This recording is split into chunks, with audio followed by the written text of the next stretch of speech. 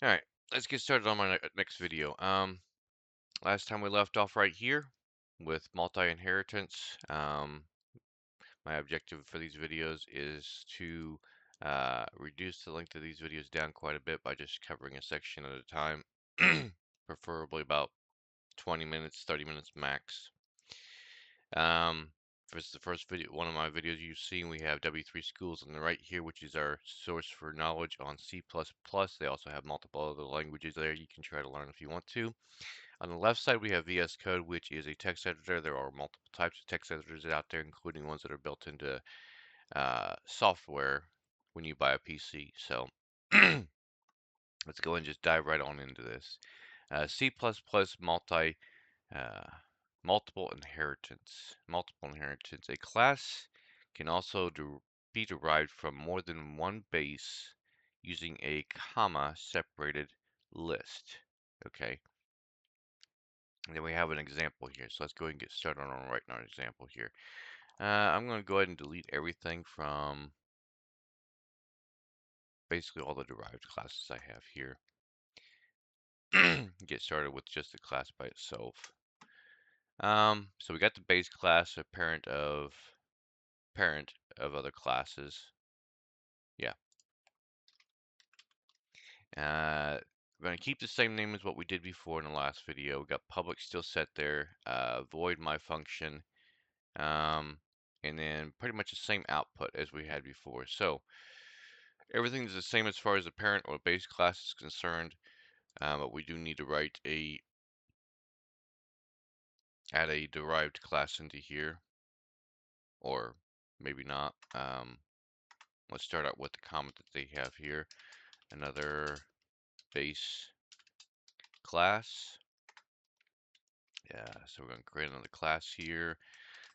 Give it the name my other function.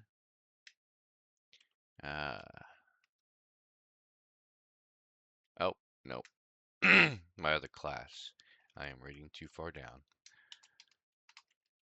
Okay. Give me just a second.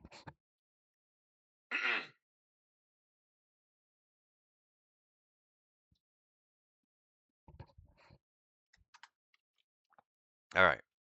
Creating a second base class. Giving it the name my other class. First, we're going to set this to public. The data that we're going to put in here. And then we're going to create a void function.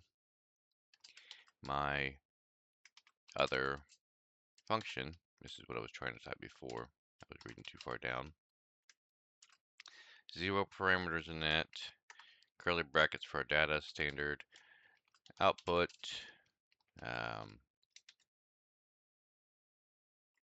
Some content in another class. And again, I'm doing it again. How many times do I do that? I forgot to put the insertion operators in. Anyways, that's the end of that one right there. Now, even though we created another class, we still have to end it with a semicolon there. It looks like we're going to have a derived class. We're going to have two base classes and a derived class. So we've got another class down here. Go ahead and add the comment there in here so we know that this is a derived class. And then create our derived class. And my child class with a colon. This one looks like it's going to have access to the public part of my class.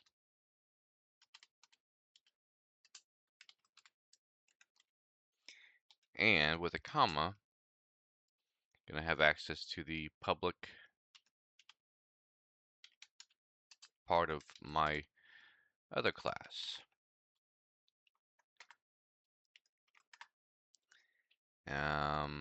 With no data. So no structure for that. No definition or code or anything for that.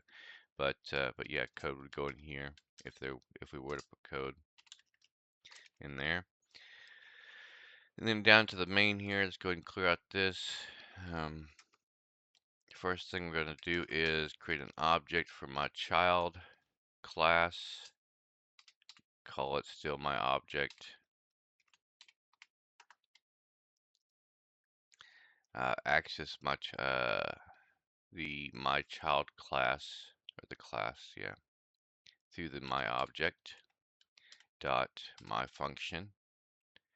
So in this case, yep, let's just go ahead and get this written here, and we'll work on understanding here in a second. Dot my other function. No parameters for either one of them. And we can go ahead and save that. So we have two classes here. Both are base classes. Both are parent.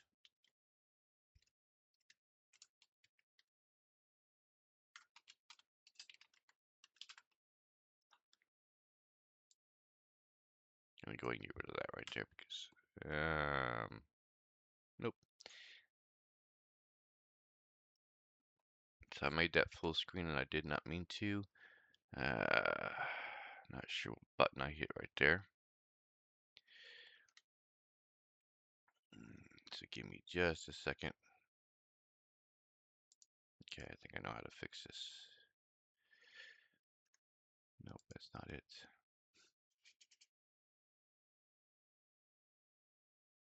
I think I hit two buttons at the same time, not by mistake. Let's go ahead and save this. Okay, we got that saved. Yeah, right there. We're going to close this down for a second. Close, hopefully when we open it back up. Yep, there we go. Fix that just fine. Okay, so we went ahead and saved this. I did not, that's what I was trying to delete when that happened. Okay. Oh, I don't have that in there. So I find it very useful with VS Code. If you look over here in this small section, I know it's kind of hard to see, but this right here it's hidden, but it's a scroll bar, big scroll bar. Allows you to scroll up and down the screen right there and stuff to easily find stuff if you're looking for it. If you have a lot of code, that might be kind of difficult to do even with this. But in this section right here, if I was to type something wrong, say like I left that out right there, you can faintly see a red line going across there. So if you have a lot of code here and you see some highlighted red spots in a lot of like 10,000 lines of code, this kind of also does the same thing. It's kind of a smaller scroll bar, but if you center it, and I think I would like to have it to where it has a line in the center of it right there to indicate where that is, or at least a pointer right there. But this has a little square bracket right here and stuff showing you where an error is. I'm not sure what these other spots are. But this has a very thin, and I know that's probably hard to see, but a very thin highlighted red line that goes all the way across that right there. You should be able to just click on certain, no, you can't really just click on it, but basically what it's doing is in stuff with that highlighted section of this little red dot right here, it's indicating where the error is in your code. So if you're just continuously typing out code in VS Code and you're down to like line 15,562, you go ahead and save your stuff because you've been working on this for a couple hours, and if the power goes out, you don't want to lose all your thing. You look over here and you see that you have several red lines going across there. So now you're going to have to go up to your code and look through it and stuff to find out what you're missing. And oh, I'm missing. So this right here is highlighted. So yes, it's because I'm missing that right there. It takes a second and stuff, but then the red dot disappears along with the red line right there to help you kind of debug your code, sort of thing. Anyways, let's get this explained here. I'm not sure if it's actually going to explain it in this example or not, but as usual, we go through and explain it as best as we can and try to decipher the code and see what we're going to get in the terminal before we actually hit the run button. Let's go ahead and save it real quick. So we have two base classes or two parent classes. Both of them have a void function in it. Both of them, the void function has different names to them. One has other in it, the other one does not. Both have content in them. One has parent, one has another class. So these are almost identical right here. They do have different names, but they are both classes. They have both a public section. They both have void functions in them. They do not have access to either each other. Then we have a derived class right here and stuff. This derived class actually has access to both classes, in this case because of the comma. Just the public section of both classes, but no code in it. But we are going to use down here in the main this child class to create an object and access the function for both of those base classes or parent classes. We are accessing both my other function, which is going to print this out and this out,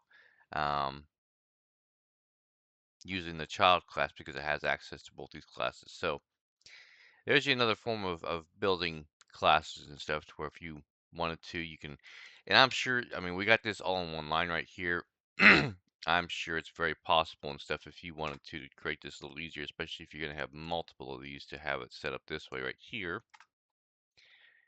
That way, you know what the class is and you know what it has access to. In this case and stuff, it's not really that long, so we can simply keep it all in one line like that. Sometimes it's a little easier that way and stuff because you can see what all it has access to. I assume if it had access to the private sector or the protected sector, you would see that in there as well. So in this case, we should be printing out both the content for the my class and then the other class as well. And unfortunately, because I don't see it in the, yep, it's not in there. So yes, it printed both of them out, but we don't have a new line. We don't even have a space in between them. If you wanted to add a space, you can. I'm not going to. Uh, that's something we've covered. Either add a space in between them or put them on separate lines. It's something we've covered multiple times before in previous videos. I'm not going to though. Um, I know how to, but yeah. If you want to figure out how to do that and stuff, that is done way up here in this tutorial section up here. Probably about where the output is, if I had to guess and remember right. But yeah. So let's keep moving on. Actually, I guess that's the end of this section right here. So yes, this is two base classes, two parent classes, uh, two different names for them both. Both have void functions. Both are set in the public area. Both functions have different names. Both have different content in it. You want to print both of them out using one class name. So you create a derived class and set that derived class to where it is a child class of both my class, my other class, public sectors of each one of them with a comma separating the two so it has access to both of them. Create an object for it. Use the object to call out both functions. Again, these videos I create and stuff are my journey. I'm not an educator of any means, but if you are learning something, that's great. If you're getting inspired or finding some inspiration in these videos, that's awesome as well. If there's something I said that is inaccurate, you're welcome to make a comment in the comments correcting me. If you have any questions or comments, you can throw those in there too. If you like the videos, hit the like button. When we come back with the next video, we will move on to inherent access. So we will probably be talking about, right now we've only been using public. We'll probably be talking about how we can change this right here to get access to the private and protected sectors for a derived class. I do not know that for certain. That's just a guess, an educated guess. Because if you add inheritance with a derived class and access, which is, we've only used that with the public, private, and protected sectors in other videos. Yep, that's pretty much what this sounds like. So I will catch you in the next video. Thank you.